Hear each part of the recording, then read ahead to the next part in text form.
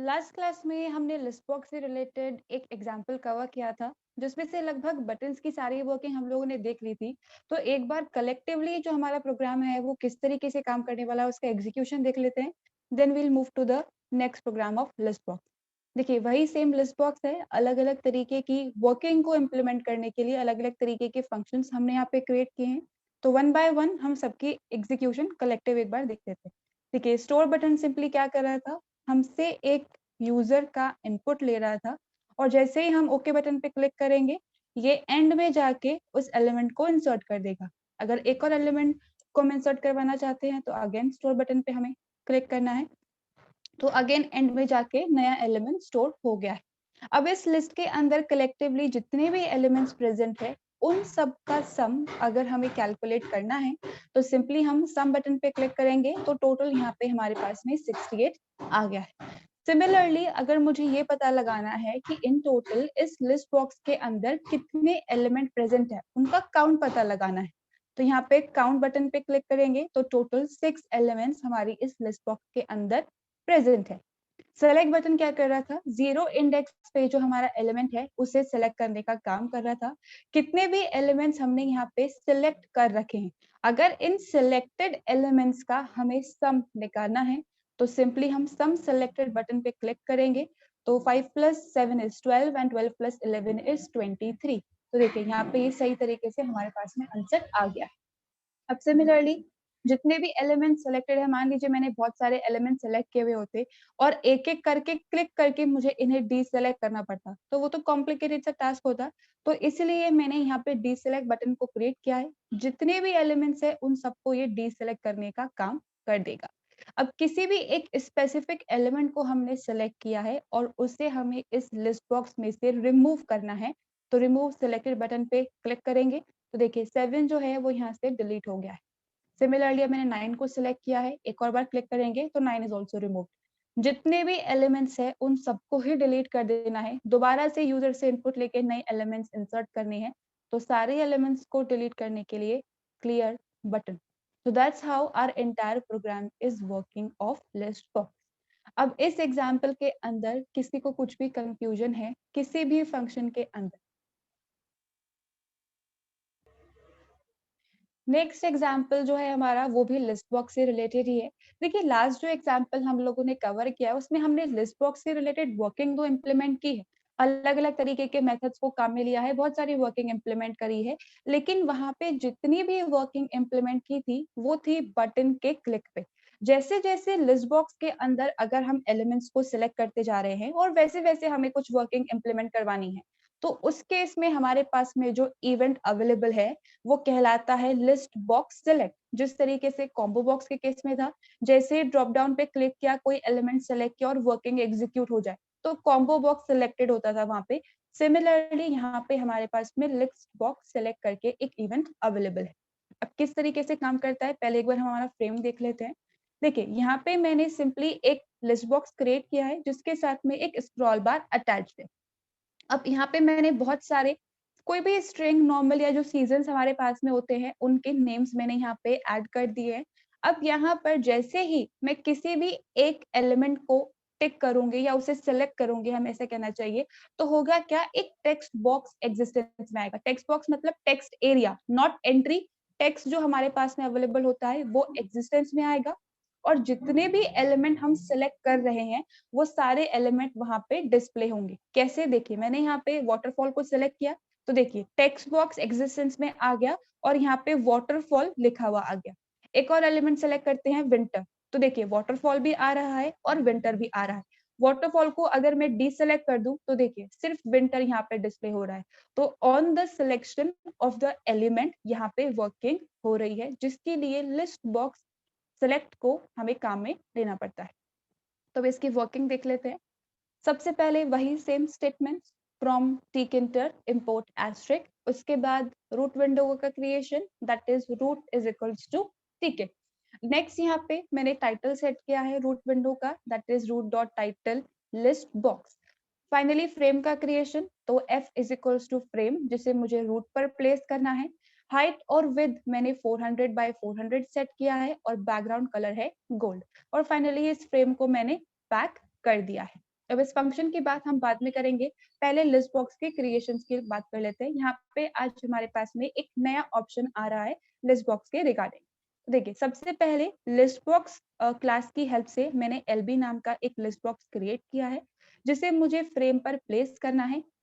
Height इसका 4 है, इसका मतलब ये है कि बाय डिफ़ॉल्ट जब ये प्रोग्राम रन होगा, तो 4 एलिमेंट्स हमारे विज़िबल होंगे। हम चाहें तो यहाँ पे चेंज भी कर सकते हैं, 5, 10, 15 भी रख सकते हैं, तो उसके अकॉर्डिंग वर्किंग होगी। विड्थ मैंने यहाँ पे 20 सेट किया है, foreground colour is pink and background colour is dark blue. अब जिस तरीके से बाकी सारे कंट्रोल्स के साथ में ये सारे ऑप्शंस काम करते हैं, रिलीफ काम करता है, बॉर्डर विड्थ, बीडी काम करता है, कर्सर काम करता है, वो सारे विजेस के लिए कॉमन है। इसलिए मैंने इसके साथ में ऐड नहीं किया है, सिर्फ फोरग्राउंड और बैकग्राउंड को ही ऐड किया है। अब यहाँ पे नेक्स्ट हमारे पास में सिलेक्ट मोड, कितने एलिमेंट्स हम सिलेक्ट कर सकते हैं एट अ टाइम, तो मैंने यहाँ पे सिलेक्ट मोड को मल्टीपल ही सेट किया है। अब यहाँ पे एक और नया ऑप्शन है जो कहलाता है एक्टिव स्टाइल। एक्टिव स्टाइल का सिंपली मतलब इतना सा है कि जब भी हम किसी भी एलिमेंट को सिलेक्ट करते हैं, तो वो ब्लू कलर से हाइलाइटेड आता है, जैसे कि अभी हमने देखा प्रोग्राम के अंदर। अब वहां पे जब किसी भी एलिमेंट को सिलेक्ट किया गया है, तो उसका अपीयरेंस किस तरीके से होना चाहिए। तो इस एक्टिव स्टाइल की यहाँ पे हमारे पास में 3 पॉसिबल वैल्यूज हो सकती हैं, जो कहलाती है डॉट बॉक्स, अंडरलाइन और नन।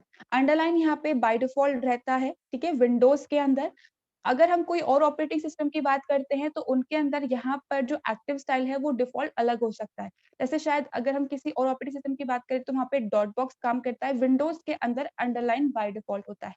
अब अगर मैं इस प्रोग्राम को रन करूँ, तो ध्यान से सिर्फ एलिमेंट को देखिएगा जो मैं सिलेक्ट कर रही हूँ।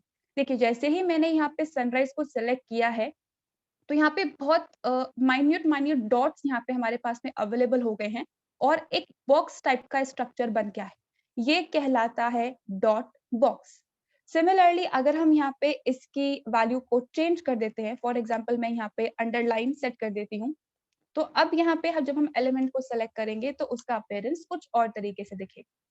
देखिए, यहाँ पे प्रोग्राम हमारा एक्सिस्टेंस में आ रहा है फ्रेम। जैसे ही मैं किसी भी एक एलिमेंट को सेलेक्ट करूँगी, उसके नीचे एक अंडरलाइन आ जाएगी, एक लाइन आ जाएगी। तो देखिए, एलिमेंट जो है यहाँ पे वो सेलेक्ट हो गया है और अब जो वो बॉक्स टाइप का स्ट्रक्चर बन रहा था, वो नहीं बना है। तो एक्टिव स्टाइल का मतलब यही है कि जभी भी हमने किसी एलिमेंट को सेलेक्ट किया है, तो वो किस तरीके से दिखेगा। एक्टिव स्टाइल जब वो एक्टिव स्टेट में है, तो it can be underline, dot box या फिर नन। नन का मतलब ये है कि सिर्फ ब्लू कलर से हाईलाइट होके दिखेगा, एज सच कुछ स्पेशल अंडरलाइन या डॉट टाइप नहीं आएगा। तो these can be the 3 possible values. अब फाइनली इस लिस्ट बॉक्स को विजिबल करवाने के लिए हमें इसे प्लेस करना है। तो lb dot place x is equals to 20 and y is equals to 100। तो 20, 100 पर ये विजिबल हो जाएगा। अब यहाँ पे क्योंकि हम स्क्रॉल बार लिस्ट बॉक्स के साथ में अटैच कर रहे हैं, तो स्क्रॉल बार के साइज के अकॉर्डिंग लिस्ट बॉक्स श्रिंक नहीं हो, जितना हाइट मैंने दिया है उतना आए। इसलिए मैंने यहाँ पे लिस्ट बॉक्स के साथ में प्रोपोगेट फंक्शन को काम में लिया है और 0 एज अ वैल्यू पास किया है। फाइनली लिस्ट बॉक्स के क्रिएशन के बाद अब यहाँ पे लिस्ट बॉक्स के अंदर मुझे एलिमेंट्स को ऐड करना है। तो मैंने यहाँ पे यूजर से इनपुट लेके कुछ भी एडिशन नहीं परफॉर्म करवाया है। मैंने यहाँ पे सिंपली क्या किया, एक लिस्ट क्रिएट कर ली नेम्स नाम की, जिसके अंदर मैंने स्ट्रिंग टाइप की वैल्यूज ऐड कर दी है, कॉमा से separated, that is sunset, sunrise, winter, spring, autumn and summer. किसी भी तरीके के सीजन्स या नेचर रिलेटेड नेम्स मैंने लिए हैं, जिनको यूज करके एक लिस्ट मैंने बना दी और नेम्स के अंदर असाइन करवा दी।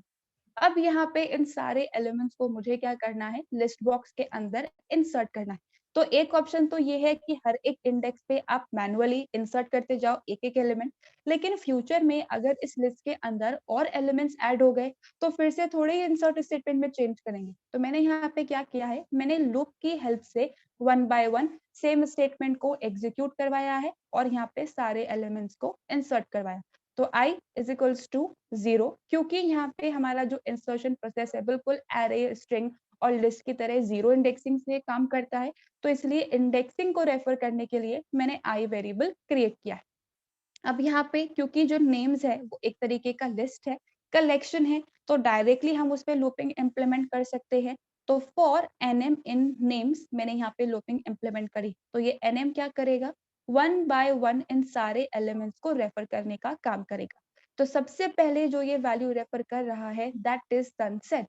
तो लिस्ट बॉक्स के अंदर अगर इंसर्शन ऑपरेशन परफॉर्म करना है तो LB that is list box का नाम डॉट इंसर्ट फंक्शन और पैरेंथेसिस के अंदर दो वैल्यूज, कौन से इंडेक्स पे हमें वैल्यू को इंसर्ट करना है और कौन सी वैल्यू को इंसर्ट करना है। तो 0 इंडेक्स पे क्या इंसर्ट कर दो, जो एनएम के अंदर है, तो 0 इंडेक्स पे सनसेट जाके इंसर्ट हो जाएगा। अब नेक्स्ट एलिमेंट क्या करना है, फर्स्ट इंडेक्स पे करना है। तो यहाँ पे मैंने लिख दिया i is equals to i+1। Increment decrement operator काम नहीं करता है, चाहे तो कंपाउंड असाइनमेंट ऑपरेटर या फिर कंप्लीट एक्सप्रेशन ही यहाँ पे काम करती है, जैसे कि हमने पहले भी डिस्कस किया है। तो i is equals to i+1 की हेल्प से अब i की वैल्यू 1 हो चुकी है। अब फिर से लूप चलेगा, एनएम इंक्रीमेंट होके next value that is sunrise को रेफर करने लगेगा। तो अब यहाँ पे लिस्ट बॉक्स के अंदर फिर से इंसर्शन ऑपरेशन परफॉर्म होगा, फर्स्ट इंडेक्स पे सनराइज इंसर्ट हो जाएगा। फिर आई का इंक्रीमेंट हो गया, इट बिकम्स 2, तो फिर सेकंड इंडेक्स पे विंटर जाके इंसर्ट हो जाएगा। फिर से आई का increment, it becomes 3, third index पे ऑटम जाके इंसर्ट हो जाएगा।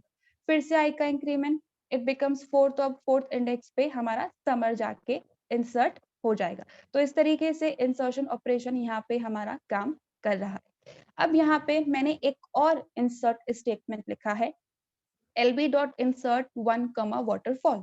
अब यहाँ पे फर्स्ट इंडेक्स पे तो ऑटोमेटिकली यहाँ पे वैल्यू प्रेजेंट ही है ना हमारे पास में। तो अब यहाँ पे होगा क्या, जैसे कि मैंने लास्ट क्लास में भी आपको बताया था कि वैल्यू कभी भी यहाँ पे डिलीट या ओवरराइट नहीं होती। अगर पहले से कोई वैल्यू उस इंडेक्स पर प्रेजेंट है तो क्या होगा, नई वैल्यू वहां पर जाके स्टोर हो जाएगी और बाकी सारे एलिमेंट्स एक एक इंडेक्स जो है वो आगे शिफ्ट हो जाएंगे। तो अब यहाँ पे सनसेट के बाद वाटरफॉल होगा और ये सारे एलिमेंट्स ऑटोमेटिकली एक एक इंडेक्स आगे शिफ्ट हो जाएंगे। तो ये 0, ये 1, ये 2, ये 3, ये 4, ये 5 और ये 6, इस तरीके से अब इनकी इंडेक्सिंग होगी। अब यहाँ पे इस लिस्ट बॉक्स के साथ में मैंने एक इवेंट को बाइंड करवाया है, lb.bind पैरेंथेसिस के अंदर डबल कोट्स में डबल एंगुलर ब्रैकेट्स में आता है, बिल्कुल वैसे जैसे कॉम्बो बॉक्स सिलेक्टेड आता था। तो list box select, list box का एल और सेलेक्ट का एस कैपिटल है। जैसे जैसे हम यहाँ पे एलिमेंट को सिलेक्ट करते जाएंगे वैसे वैसे सिलेक्ट नाम का फंक्शन हमारा कॉल होता जाएगा। तो फंक्शन की बात हम अभी करेंगे थोड़ी देर में, पहले पूरे फॉर्म का क्रिएशन देख लेते हैं। उसके बाद यहाँ पे मैंने एक स्क्रॉल बार इसके साथ में अटैच किया है, तो s is equals to scroll bar. अब कहाँ पे इसे प्लेस करना है, लिस्ट बॉक्स पे मुझे इसे प्लेस करना है, and orient is equals to vertical. तो वर्टिकल स्क्रॉल बार हमारे पास में एग्जिस्टेंस में आएगी। अब s dot pack side is equals to right and fill is equals to y। तो इस लिस्ट बॉक्स में जितना भी वर्टिकल स्पेस होगा ये सब कुछ ऑक्यूपाई कर लेगा राइट साइड के अंदर। अब finally s.config command is equals to lb.yview। तो जैसे जैसे लिस्ट बॉक्स के हम एलिमेंट्स को अगर मूव करना चाहें तो स्क्रॉल बार पे क्लिक करेंगे तो वो एलिमेंट्स वर्टिकल डायरेक्शन में मूव करने लगेंगे। And finally root dot main loop. तो अब यहाँ पे हम फंक्शन की तरफ चल लेते हैं। फंक्शन में हमें सिंपली करना क्या है, हमें ये पता लगाना है कि लिस्ट बॉक्स के अंदर कौन कौन से एलिमेंट जो हैं वो सिलेक्ट किए गए। जो जो एलिमेंट सिलेक्ट किए गए हैं उनको कंबाइन कर लो और कंबाइन करने के बाद क्या करो, एक टेक्स्ट एरिया एग्जिस्टेंस में लेके आओ और वो सारे एलिमेंट्स वहां पे जाके प्लेस कर दो, जैसे कि सेट करने वाला होता है बिल्कुल वैसे ही। तो यहाँ पे क्योंकि हमने बाइंड को काम में लिया है and bind internally event object को रिटर्न करने का काम करता है, तो डेफ सेलेक्ट इवेंट। अब यहाँ पर जितने भी एलिमेंट सेलेक्ट किए गए हैं उन सारे एलिमेंट्स को कंबाइन करके मैं एक लिस्ट क्रिएट करना चाहती हूँ। तो lst इज इक्वल्स टू मैंने यहाँ पे एक एम्प्टी लिस्ट क्रिएट किया है, जितने भी एलिमेंट सेलेक्टेड होंगे वो इसके अंदर हम फ्यूचर में ऐड करने वाले हैं। अब यहाँ पे कौन कौन से एलिमेंट सिलेक्टेड है कैसे पता पड़ेगा, इंडेक्सेस की हेल्प से। तो कल ही हमने फंक्शन देखा था कर सिलेक्शन नाम का, lb डॉट कर सिलेक्शन क्या करेगा, जितने भी एलिमेंट सेलेक्ट किए गए हैं उन सबके indexes in the form of a tuple return करने का काम करेगा, जो मैंने इंडेक्स नाम के वेरिएबल के अंदर स्टोर करवा लिया है। अब अल्टीमेटली है तो ये टपल टाइप का वेरिएबल, एक कलेक्शन टाइप का वेरिएबल। तो डायरेक्टली हम लोग क्या कर सकते हैं, हम लोग इस पे लूपिंग इंप्लीमेंट कर सकते हैं। तो फॉर आई इन इंडेक्स, यहाँ पे मैंने लूपिंग इंप्लीमेंट करी है इस टपल पे। अब होगा क्या, हर एक इंडेक्स पे जो वैल्यू स्टोर्ड है हम क्या करेंगे, उसे गेट करेंगे और इस लिस्ट के अंदर अपेंड करवा देंगे। तो lb.get_of_i, लास्ट क्लास में हमें इंटीजर रिलेटेड ऑपरेशंस परफॉर्म करने थे, तो वैल्यू को गेट करने के बाद हमने उसे इंट में कन्वर्ट किया था। यहाँ पे किसी भी तरीके का अरिथमेटिक ऑपरेशन नहीं है, डायरेक्टली स्ट्रिंग टाइप की वैल्यू को फेच करके टेक्स्ट में असाइन करना है। तो lb.get_of_i, हर एक इंडेक्स पे जो भी वैल्यू प्रेजेंट होगी वो गेट होगी, और उसे कहाँ मुझे ऐड करवाना है, इस लिस्ट के अंदर। अब यहाँ पे जैसे एरे की इंडेक्सिंग होती है, array of i is equals to element, उस तरीके से तो काम करता नहीं है।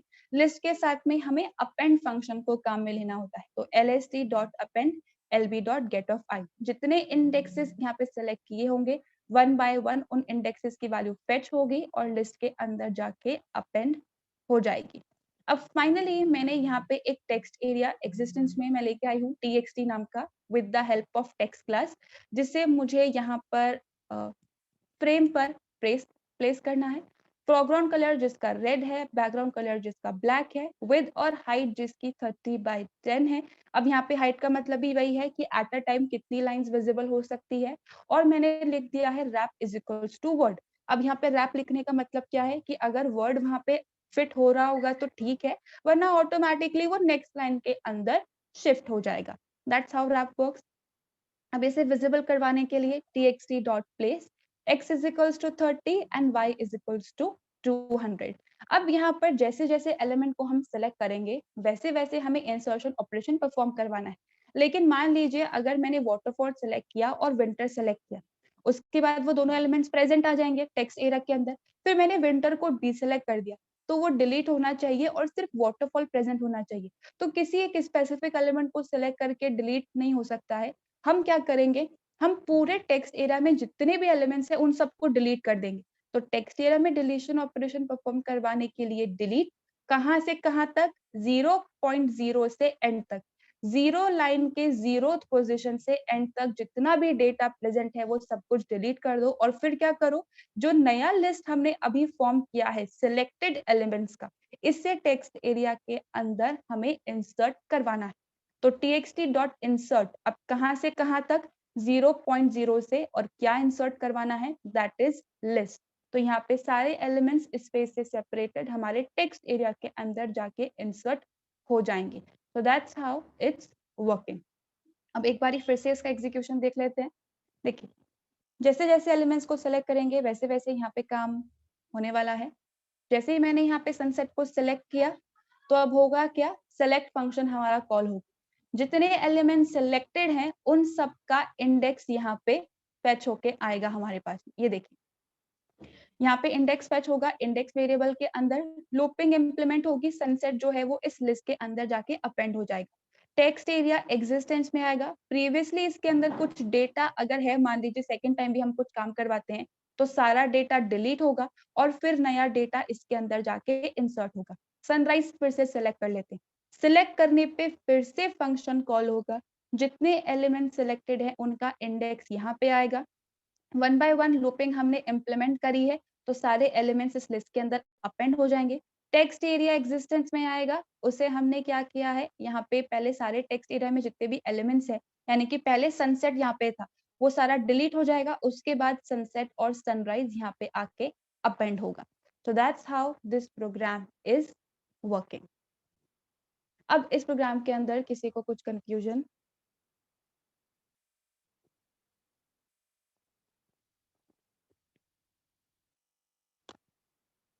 सबको क्लियर है? List box select event.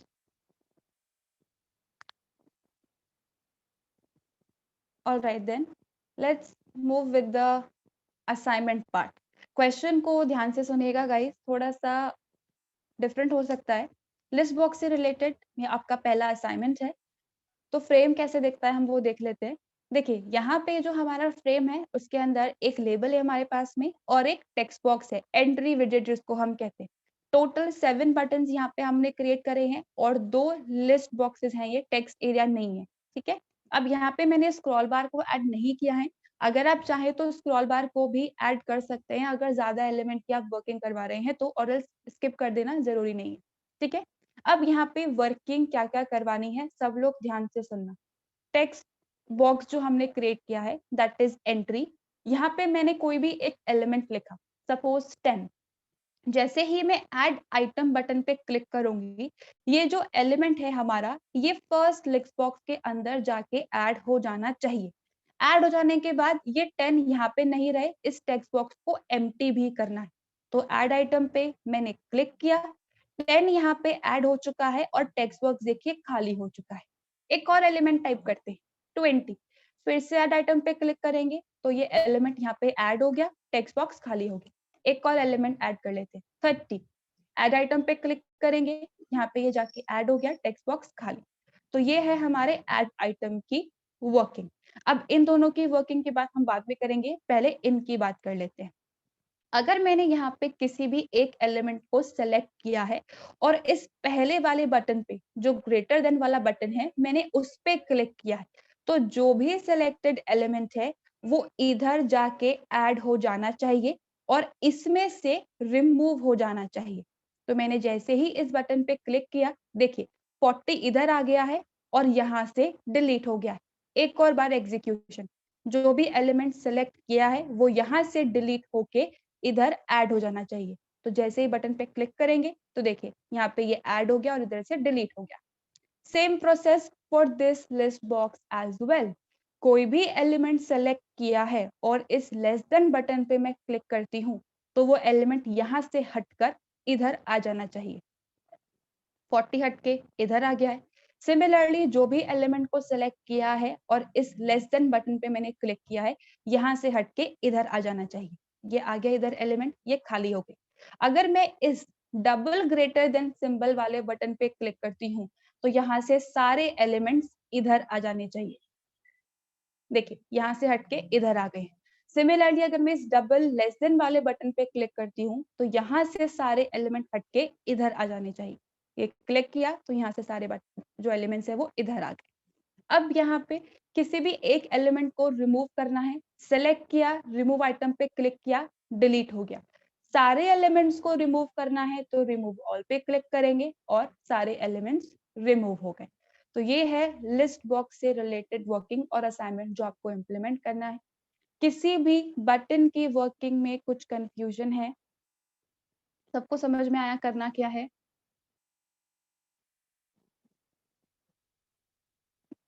Second जो असाइनमेंट है वो है टेक्स्ट एरिया से रिलेटेड। ठीक है, मैंने ये दिया नहीं था। आपको सिंपली यहाँ पे करना क्या है, एक टेक्स्ट एरिया क्रिएट करना है और उसके साथ में दो स्क्रॉल बार्स अटैच करनी है। एक हॉरिजॉन्टल आएगी हमारी और एक वर्टिकल आएगी।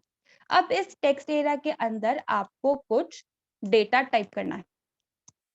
मैंने कुछ इस तरीके का डेटा टाइप कर दिया है, hello this is a wonderful day and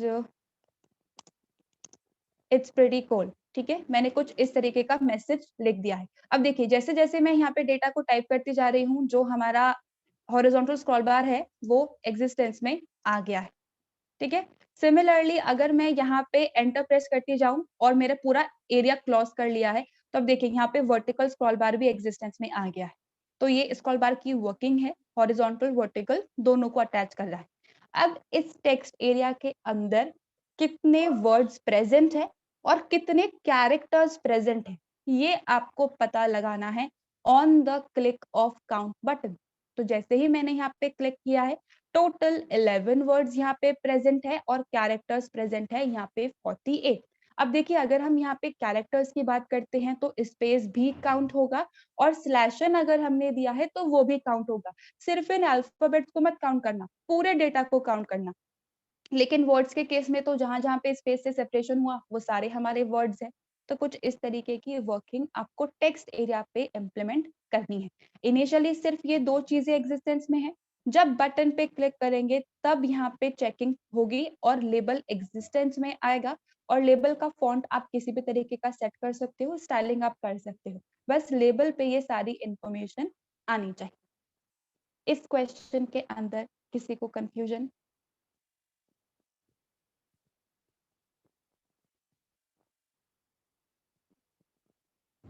All right then. Let's move with the next example.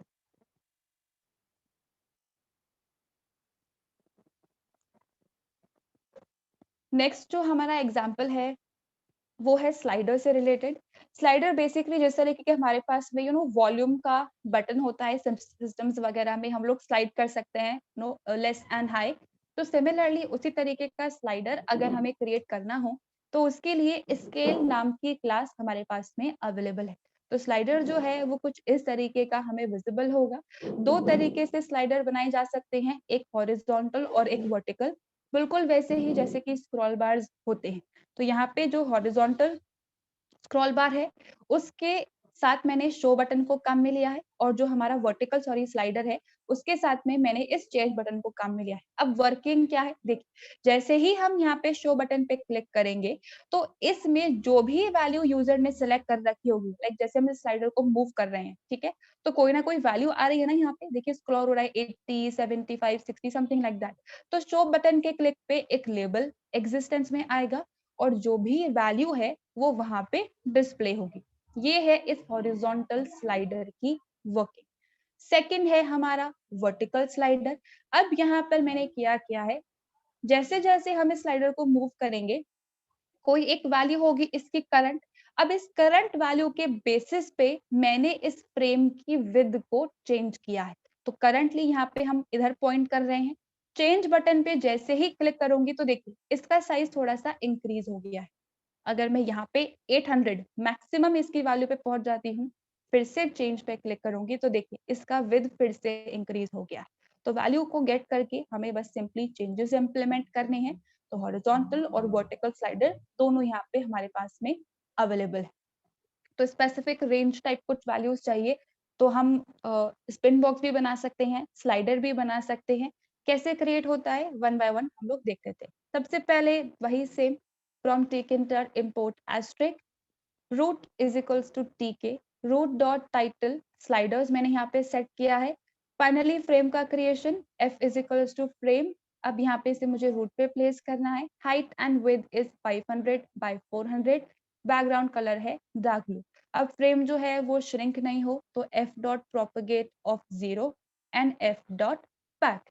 अब स्लाइडर्स को क्रिएट करने के लिए यहाँ पे हमारे पास में जो क्लास अवेलेबल है वो कहलाती है स्केल। ठीक है, यहाँ पे स्लाइडर नाम की क्लास नहीं है, स्केल नाम की क्लास हमारे पास में अवेलेबल है। तो एसएलडी नाम का एक स्केल मैंने क्रिएट किया है जिसे मुझे फ्रेम पर प्लेस करना है।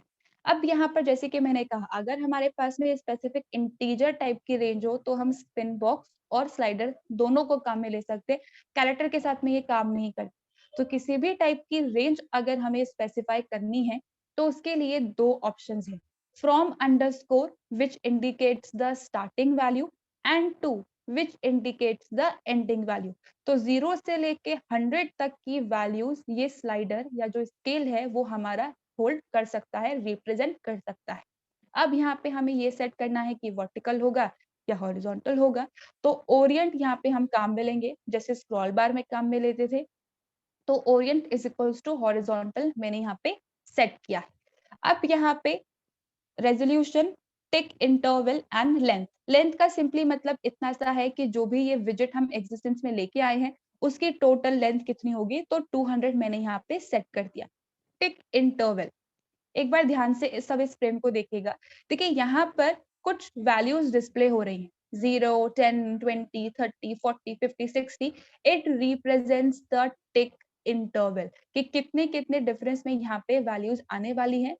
मतलब जैसे स्केल होता है ना, स्केल में एक हमारे पास में बड़ा लाइन होता है और एक छोटे छोटे लाइंस होते हैं। तो इट्स एग्जैक्टली लाइक दैट, वो कहलाता है टिक इंटरवल। कितने कितने का गैप यहाँ पे डिस्प्ले होगा नंबर्स के केस पे।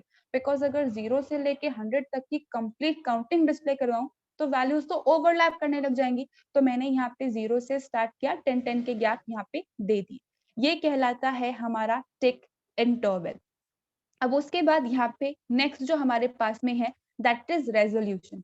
अब रेजोल्यूशन का सबसे बेस्ट एग्जांपल मैथमेटिक्स में आप सब लोगों ने ग्राफ पढ़ रखी है। ग्राफ में क्या होता है, हम जब मेजरमेंट्स लिखते हैं, X axis is equals to this much centimetre, Y axis is equals to this much centimetre. तो वहां पे होता क्या है, हम स्पेसिफिकली मेंशन करते हैं कि इतने का ही इंक्रीमेंट हो सकता है। ये तो डिस्प्ले करवाने के लिए है कि क्या-क्या वैल्यूज़ कहाँ से लेके कहाँ तक है। लेकिन एक्चुअली में जब हम स्लाइडर को मूव करेंगे, तो कितने का इंक्रीमेंट होके वैल्यूज़ काम करेगी। इसका मतलब ये है कि अगर करंटली मैं अभी 0 पोज़ीशन पर हूँ और मैंने स्लाइडर को मूव किया है, तो वो या तो 0 से 5 जाएगा या 5 का इंक्रीमेंट होके 10, फिर 15, फिर 20, फिर 25, फिर 30, 5-5 के इंक्रीमेंट पे काम करेगी। अगर मुझे 0 से 4 पे जाना है या 0.5 पर जाना है, तो फिर ये सही तरीके से काम नहीं करेगा। फिर उस केस में यहाँ पे आप मेज़र कर सकते हो 0.5 कुछ इस तरीके से मेंशन कर सकते हो। तो जो भी हमारा स्लाइडर हमने क्रिएट किया है, वो एक्चुअली में कितनी वैल्यूज़ को कंसिडर करेगा 1, 2, 3, 4 या इंक्रीमेंट में 5, 10, 15, 20 या 10, 20, 30, 40 इतने में इंक्रीमेंट करेगा। That represents the resolution. अब फाइनली इसे विजिबल करवाने के लिए SLD dot place x is equals to 50 and y is equals to 50। अब यहाँ पर मेरी रेंज है 0 से लेके 100 तक की, लेकिन मुझे स्टार्टिंग वैल्यू सेट करनी है। मतलब जब फ्रेम एक्सिस्टेंस में आए तो स्लाइडर किसी एक स्पेसिफिक पोजीशन पर प्रेजेंट हो, किसी एक नंबर पे वो प्रेजेंट हो। तो मैंने लिख दिया SLD डॉट सेट। तो यहाँ पे इसकी स्टार्टिंग वैल्यू जो है वो 20 होगी। वहां पे हमारा इंडिकेटर जो स्क्वायर ब्लॉक है वो प्रेजेंट होगा। अब उसके बाद बटन का क्रिएशन, क्योंकि उस पे ही सारी वर्किंग है, तो BTN show is equals to button, जिसे मुझे फ्रेम पे प्लेस करना है। टेक्स्ट इसका शो है और इसके क्लिक पे यानी कि कमांड ऑप्शन के साथ में मैंने शो फंक्शन को एसोसिएट करवाया है। फाइनली बटन को विजिबल करवाने के लिए अगेन मैंने यहाँ पे कोऑर्डिनेट मेंशन किए हैं 100, 150। अब इस बटन के क्लिक पे हमारा ये फंक्शन कॉल होने वाला है। करना क्या है, स्लाइडर में से वैल्यू को गेट करना है, एक मैसेज फॉर्म करना है और लेबल पे डिस्प्ले करवाना है। तो data is equals to value is, जिसे मैंने कॉन्कैटिनेट करवाया है str में कन्वर्ट करके, लेकिन पहले मुझे वैल्यू को गेट करना पड़ेगा। तो SLD डॉट गेट, जो भी वैल्यू सेलेक्ट करी है 20, 40, 50, 60, it's an integer type of value, तो उसे हम स्ट्रिंग के साथ में कॉन्कैट तो करवा नहीं सकते, तो उसे स्ट्रिंग में कन्वर्ट किया with the help of str function और फिर इस मैसेज के साथ में कंबाइन करवा दिया। तो value is 20, value is 30, value is 65, कुछ इस तरीके का हमारा मैसेज बनेगा।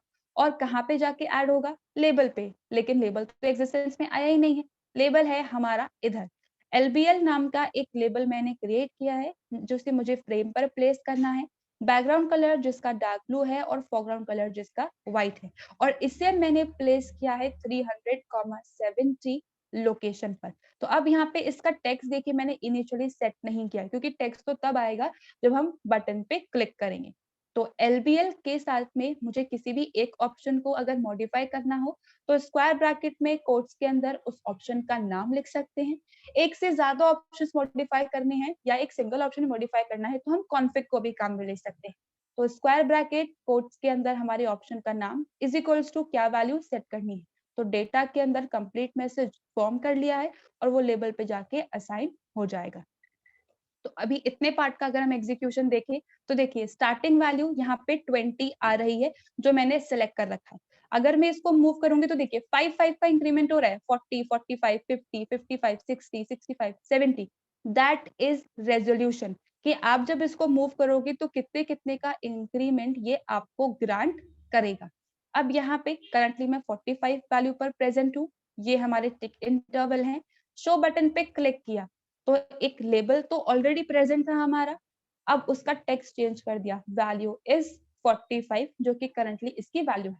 थोड़ा सा और चेंज कर देते हैं 70, फिर से शो बटन पे क्लिक किया, वैल्यू इज 70। तो कुछ इस तरीके से ये काम कर रहा है। अभी प्रोग्राम खत्म नहीं हुआ है, ये वाला पार्ट हमारा बाकी है, पर ये हम कल की क्लास में कंटिन्यू करेंगे। आज की क्लास का टाइम ओवर हो गया है। तब तक आप लिस्ट बॉक्स और टेक्स्ट एरिया का जो असाइनमेंट है वो इम्प्लीमेंट करके देख लेना। किसी को कुछ भी प्रॉब्लम आती है देन लेट मी नो, और इसकी बात हम लोग कल कंटिन्यू करने वाले हैं। इतने वाले पार्ट में तो किसी को प्रॉब्लम नहीं है, जो फर्स्ट बटन की वर्किंग है